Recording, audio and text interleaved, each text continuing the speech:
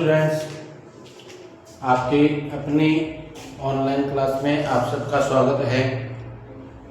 अपन रोज़ाना इसी मंच पर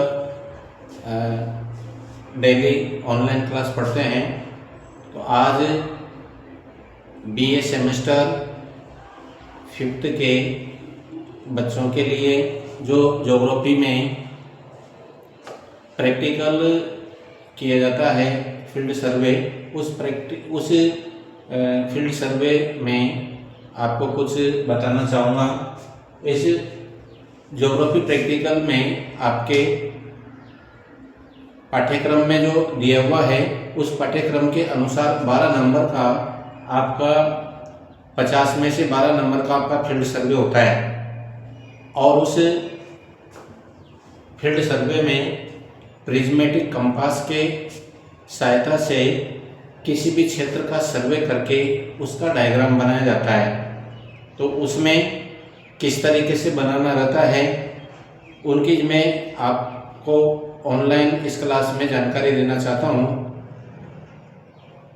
कल 11 बजे आपको फील्ड सर्वे कराया जाएगा गवर्नमेंट कॉलेज बोली सवाईमाधोपुर में, और इससे संबंधित आपको केवल रबड़ पेंसिल, नोटबुक और स्केल साथ में लेकर के आना है।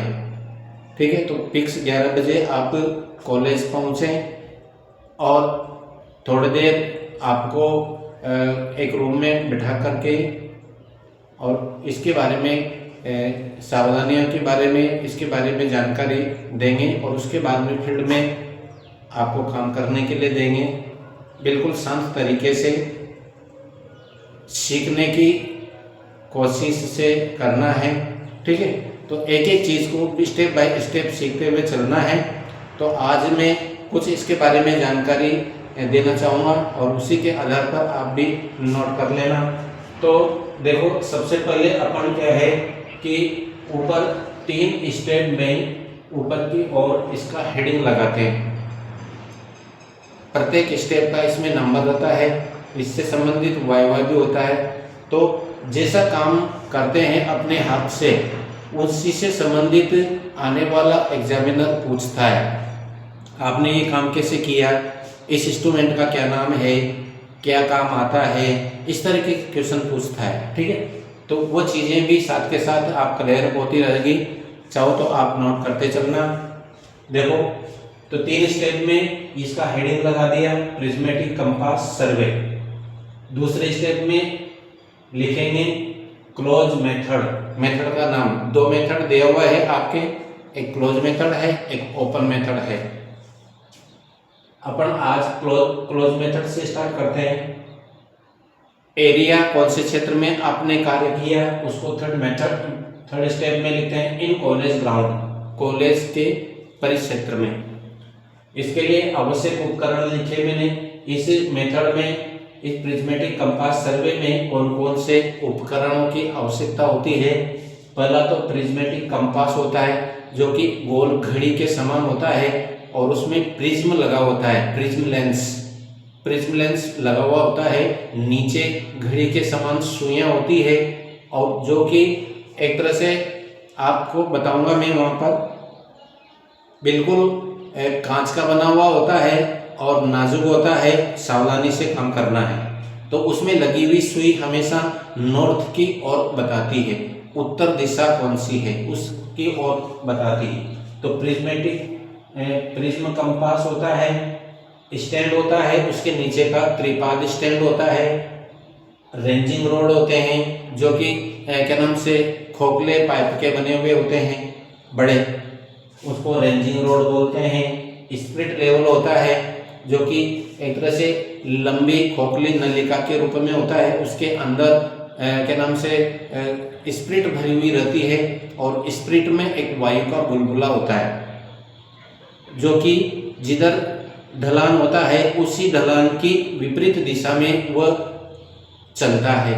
तो उससे उसकी लेवलिंग करने के काम आ जाता है। जब बुलबुला बीच के लगे हुए चिन्हों के मध्य स्थिर हो जाता है तो समझ लिया जाता है कि टेबल अपनी ये जो स्टैंड है वह अपना बिल्कुल लेवल पर है। ठीक है, तो ये स्पिरिट लेवल है, साउल है। साउल में चिमटा होता है जो कि आपने कारीगरों के पास देखा होगा, बिल्कुल सीधी लाइन की दिशा को दर्शित करने के लिए काम होता है। चिमटे के नीचे हिस्से पर साउल लगा हुआ होता है। टेप होती है, टेप का मतलब पीठा होता है धरातल की दूरियों को नापने के लिए। और एरो होता है जो कि तार का बना हुआ होता है और एक तरह से स्टेशन को निर्धारित करने के लिए काम आता है। तो इस प्रकार के ये 6 इंस्ट्रूमेंट्स होते हैं इसमें काम आने वाले। अब देखो अपन ने जो क्लोज मेथड का लिया है, इस क्लोज मेथड में सबसे पहले क्या काम आता है,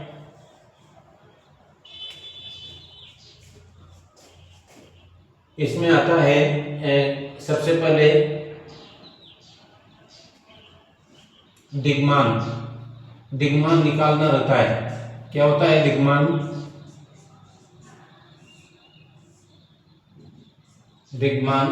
यानी कि एक स्टेशन से दूसरे स्टेशन की ओर और दूसरे स्टेशन से पहले स्टेशन की ओर देख करके उसकी दूरी का पता लगाना दिग्मान कहलाता है। ठीक है, तो ये एक स्टेशन से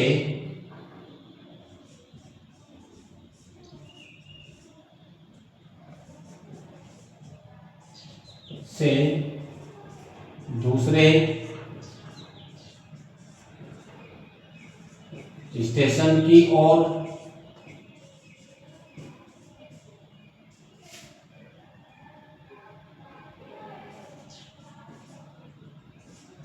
कोण सहित दूरी का पता लगाना। जैसे मानो ए स्टेशन से बी स्टेशन की दूरी 10 मीटर है, तो ए से देखा अपन ने बी की ओर, ये अग्र दिग्मान हुआ। फिर बी से ए की ओर देखा तो वह पश्च दिग्मान कहलाएगा।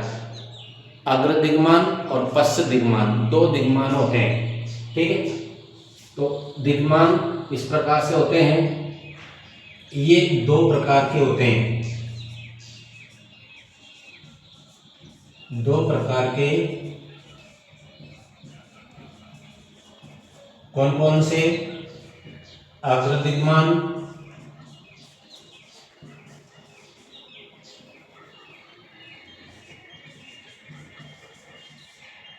जिसको फॉरवर्ड बेयरिंग,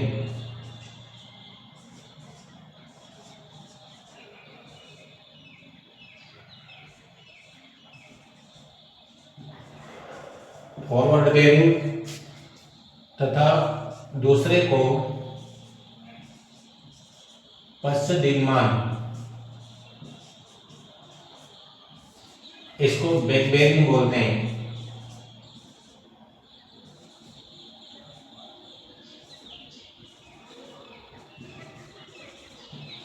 बैक बेयरिंग अग्र दिग्मान और पश्च दिग्मान।